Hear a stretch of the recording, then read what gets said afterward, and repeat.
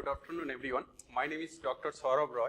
In the last lecture, we are discussing about the different modes of the rectangular waveguide, that is transverse magnetic as well as transverse electric. Now this lecture will discuss about the cutoff frequency of different modes of the rectangular waveguide. So in the transverse electric as well as transverse magnetic condition, the cutoff frequency for both cases is same. So first start with rectangular waveguide. We'll just revise it. So rectangular waveguide. So here we are considering the wave propagating is in this direction, that is Z direction. So in the X direction the indices are A or length is A, and in the Y direction the length is B. So wave are propagating in the Z direction.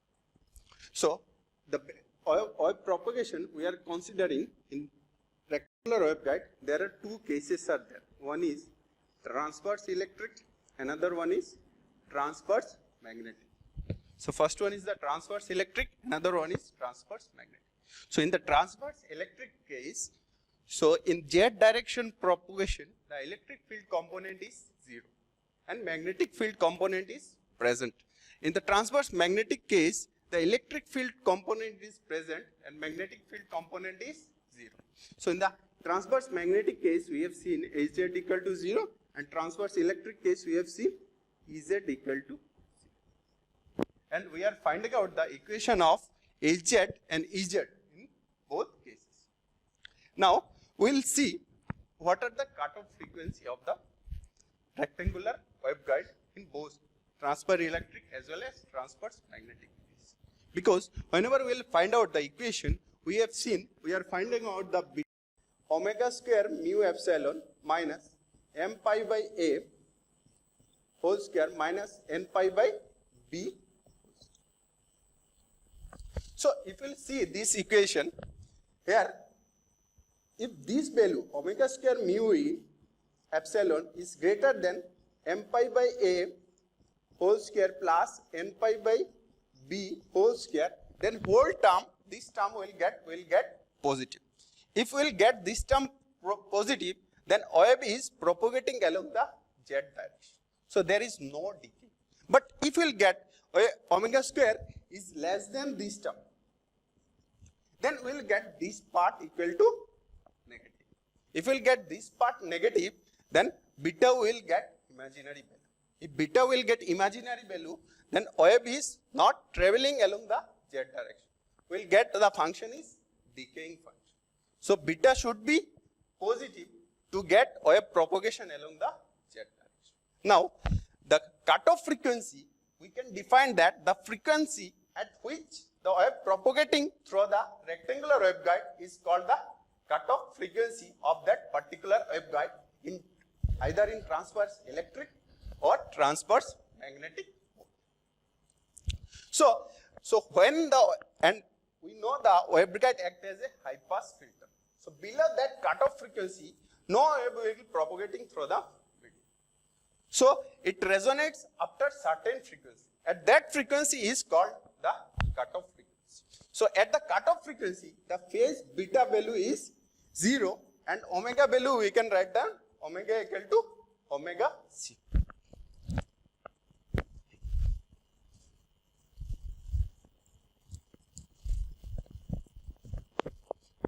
So at cutoff frequency omega equal to omega c and beta value will be 0. So we can write this equation. This part will become 0. So omega square mu epsilon minus m pi by a whole square minus n pi by b whole square equal to 0. So from this equation we can write that omega c square equal to 1 by root over 1 by mu epsilon m pi by a whole square plus n pi by b. So that is the value of omega c square. So we can write down omega c equal to 1 by root over mu epsilon m pi by a whole square plus n pi by b whole square whole to the power. So we can write then from this equation we can write omega c we know that is the 2 pi f. So here omega c is, so that's why here I have written 2 pi fc, and that is the cutoff frequency. So 2 pi fc equal to 1 by root over mu epsilon into. So again we can write down fc equal to 1 by 2 pi root over mu epsilon, and from this equation we can write, if we take common pi square, that is also pi square divided by 1 by 2. So we'll get only pi. So we'll get m by a whole square plus n by b whole square whole to the power. So that is the fc value. So we can cut this part, pi and pi. So we'll get the equation 1 by 2 root over mu epsilon m by a whole square plus n by b whole square whole to the power half. So from this equation, one term is there 1 by root over mu epsilon. So we can know that that is called the velocity of the medium if mu and epsilon is the, that in the rectangular waveguide, if that is the epsilon value, means permittivity of the medium, that velocity c equal to 1 by root over mu epsilon. So fc, we can write down fc equal to c by 2 root over m square by n square s square plus n square by b square. So that is the cutoff frequency for the particular rectangular waveguide in either in transverse electric or transverse magnetic mode. So from this equation we can divide that where c by 2 root over m square by n s square plus n square by b square, where m and n are the indices. So m is the indices half wavelength variation in the x direction. If m value is 2, then half wavelength variation will be 2. 2 half wavelength will be vary. If n equal to 2, means 2 half wavelength will be vary in that particular y direction. So those are m and n are the indices. So depends on our cutoff frequency. We can write down fc m comma. So depends on our cutoff frequency of the rectangular waveguide in different modes. We can calculate the cutoff frequency in that particular modes. Discuss about the cutoff frequency of the rectangular waveguide. Now we will discuss about the cutoff wavelength. So we know lambda c equal to c by fc, or wavelength equal to velocity by frequency. So we already find out the value of fc. So if you will put the value fc there, then we know the fc value equal to c by 2 root over m square by s square plus n square by b square. So if you will put the value in this equation, we'll put the value of fc, then we'll get lambda c equal to c by 2 root over m square by s square plus n square by b square. So cc value will be that. So from this equation, if we'll take LC also, then we'll get 2ab divided by root over m square b square. That is cutoff frequency. That is the cutoff wavelength.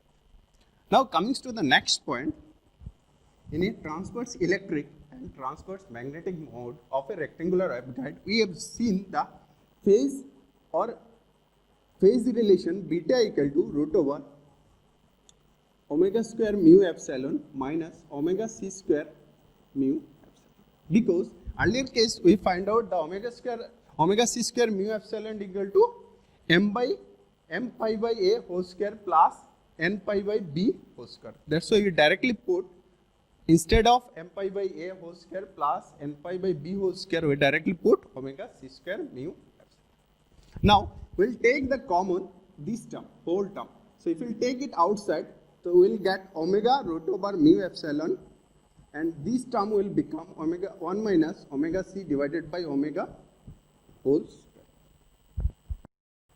So now we'll get, earlier we know omega equal to, we'll get 2 pi f, and this we are know c equal to 1 by root over mu epsilon. That's why root over mu epsilon equal to 1 by c. Now if we'll put the value of omega c we know 2 pi fc and omega equal to 2 pi f. So if we'll cut this point, we'll get fc by f whole square. So from this equation, we can write down 2 pi divided by c by f root over 1 minus fc by f whole square. So that c by f we can take as a lambda, that is 2 pi by lambda root over 1 minus fc by f whole square. So that is called the dispersion relation of the waveguide. Now from this relation, whenever we will see the phase constant variation of the waveguide of 2 pi radians, then we will get another wavelength that is called guided wavelength.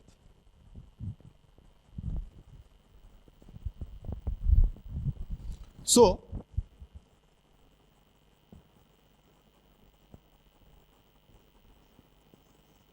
in the rectangular waveguide, when a wave is propagating through the medium, so there is no direct propagation. So there is multiple reflection takes place. So due to the multiple reflection, original wave of propagation, if we will consider unbounded medium and 2 point is there, then velocity of propagation in the guided medium is quite less in case of rectangular waveguide.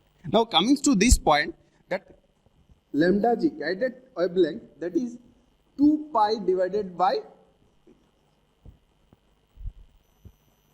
or we can write down beta equal to 2 pi by lambda. Means how much in a single 2 pi radians, what are the wavelength variation, that wavelength is called guided. Whatever the phase variation in 2 pi radians, that wavelength is called guided. So lambda g we can write down 2 pi by beta, or beta we can write down 2 pi by lambda g. Now we will put this, because that lambda g is the cases of the rectangular waveguide, the original wavelength that propagated through the medium. So we will get, if we will put beta value is there, then we will get beta 2 pi by lambda g equal to 2 pi by lambda root over 1 minus fc by f. So if we will cut this point 2 pi, so we can, from this equation we can find out the value of lambda g equal to lambda divided by root over 1 minus fc by f. Okay. So that is the value of the guided wavelength. Now we can convert these terms also in terms of lambda. So we'll get lambda divided by root over 1 minus, that is lambda c divided by, so we know the velocity equal to c equal to f into lambda c. So we can write down fc equal to c by lambda c, and this one also c by lambda whole square. So we'll get lambda divided by root over 1 minus lambda by lambda c whole square. So that is the expression of guided wavelength in a transverse magnetic or transverse electric cases. So first we'll see the dispersion law, then we'll find it out its guided wavelength definition, what are the 2 pi radians, or how much phase is buried. So that is called beta equal to 2 pi by lambda g. We'll put this in dispersion equation and we'll find out the final equation of the guided wavelength. Now from this equation, we can see if, or from this equation, if will f is near to the value of fc, what will be the condition? Or if is touches, then we'll get lambda g is, if f equal to fc, then we'll get lambda g is almost, the value is near to the infinite. So at f lambda g equal to infinite. If lambda g equal to infinite, then whatever the velocity is equal to frequency into wavelength, then velocity will also will get infinite. Now coming to the point, lambda g in the rectangular waveguide, lambda g must be greater than lambda. So that is the two conditions. First one, the whatever the if f equal to fc we will consider, then 1 minus 1, that value is 0. So we'll get the guided wavelength, that value is infinity. If the guided wavelength value is infinity, then we'll get velocity value is also infinite. So in the rectangular waveguide, the guided wavelength must be greater than that wavelength in the free space or unbounded medium. So that is the overall topic. So we discuss about the cutoff frequency. We also discuss about the cutoff wavelength. Then we discuss the dispersion beta value, and then we will find out the value of guided wavelength. So in the next lecture, we will discuss about the group velocity and phase velocity of the transverse electric and transverse magnetic motion. Okay, thank you everyone.